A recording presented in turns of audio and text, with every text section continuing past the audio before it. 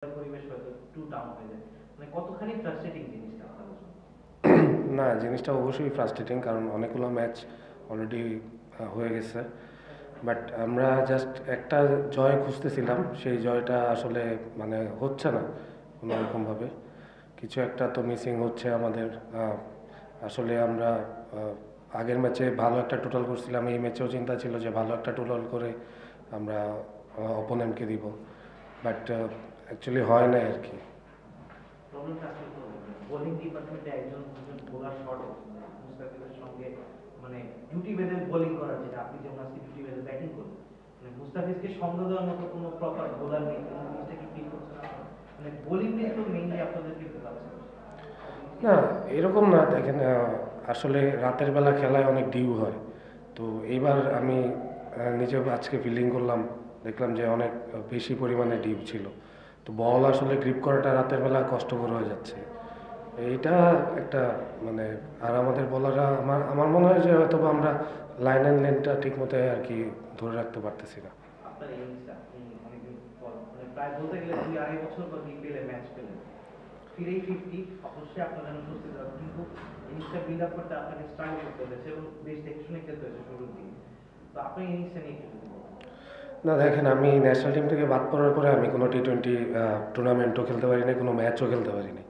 তো এটা আসলে আমার জন্য একটা ফেরার মতো ছিল যে আমি নতুনভাবে নিজেকে কীভাবে করব।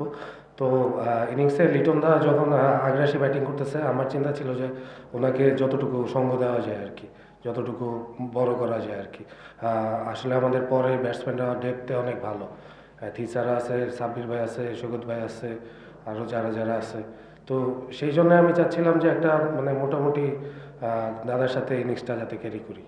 লিটন ভাই এই ম্যাচের আগে খুব প্রেসারে ছিলেন বলতে গেলে, সোশ্যাল মিডিয়া বা সুজন ভাই সবাই বলেছেন যে একটা 30-40 লিটন ভাইকে ফর্মে ফেরাবে।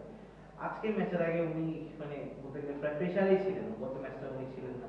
গত ম্যাচের ব্রেকটাই কি তাকে একটা ভালো মানে মেন্টাল স্টেটে নিয়ে আসছে কিনা? একটা ব্রেক দরকার ছিল তার, আর ব্যাটিং এর সময় উনি খুব ফ্লোতে ছিলেন, বেশ কয়েকটা ভালো বাউন্ডারি মেরেছেন। উনার ইনিংসটাকে আপনি ওই পাশ থেকে দেখেছেন, উনাকে কিভাবে ইভালুয়েট করবেন, উনি কি ভাবছিলেন বা বলছিলেন, কি আলোচনা করছিলেন? না, শুরু থেকেই দাদার ব্যাটের মাঝখানে লাগতেছিল। তো দ্যাটস ওয়াই। আর হচ্ছে ব্রেকডাউনের যে কথাটা বললেন, হ্যাঁ, মাঝে মাঝে আমাদের হয় কি মেন্টালি আমরা একটু স্ট্রেসে পড়ে যাই, তখন একটু আসলে ব্রেকের দরকার পড়ে। আর দাদা এই ব্রেকের টাইমে আমি নিজে নিজে আগে আগে প্র্যাকটিসে আসছে, ডেইলি প্র্যাকটিস করছে উনি। ওনার কনফিডেন্স বিল্ড আপ করার জন্য উনি যা কিছু প্রয়োজন সব কিছুই করছে। তো আমার মনে হয় যে উনি ওনার এটা রিওয়ার্ড পাইছে। আপনাদের টিমের হেড কোচ, দেশের সেরা কোচ, দেশের সেরা কোচ বলা হয়, বাট স্যাডলি মানে টানা 16টা ম্যাচ উনি হারলেন। মানে অ্যাজ আ কোচ উনি কেমন ফিল করছেন, উনি কি এগুলো নিয়ে আলোচনা করছেন কিনা, প্লাস উনি কিভাবে চেষ্টা করছেন সবাইকে মোটিভেট করার? এখন টিমের অবস্থা কি, মানে 5-5টাই খেলছে, তো আরো 7টা ম্যাচ আছে, obviously there is a chance it can be the Mumbai Indians. ছয়টা হারিয়েছে। Okay, sorry. There is a chance that it can be the Mumbai Indians, but still there is a little hope. মানে কি possibility দেখছেন? না, sir আসলে mentally কখনোই down হন না উনি।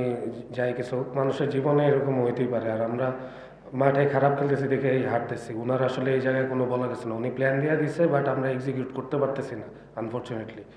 তো এই জন্যই আর কি হচ্ছে না। উনি আসলে মানুষ হিসাবে কিছুটা ফ্রাস্ট্রেটেড হইতেই পারে, বাট আমার মনে হয় না সেটা আমাদের উপরে উনি আসতে দেন। উনি আমাদেরকে যথেষ্ট মোটিভেট করতেছেন, যথেষ্ট পরিমাণে গাইড করতেছেন, প্ল্যান দিতেছেন। আচ্ছা, ঢাকা টিম নিয়ে গতদিন মুস্তাফিজ ভাই যেটা বলছিল যে ব্যাটিং এ ভালো করলে হয়তো বোলিং এ ভালো হচ্ছে না, বা বোলিং এ ভালো হলে ব্যাটিং এ ভালো হচ্ছে না, তিন বিভাগের কম্বিনেশনটা হচ্ছে না। গত ম্যাচে রান কম ছিল, কিন্তু এবার রান প্রায় 200 কাছাকাছি।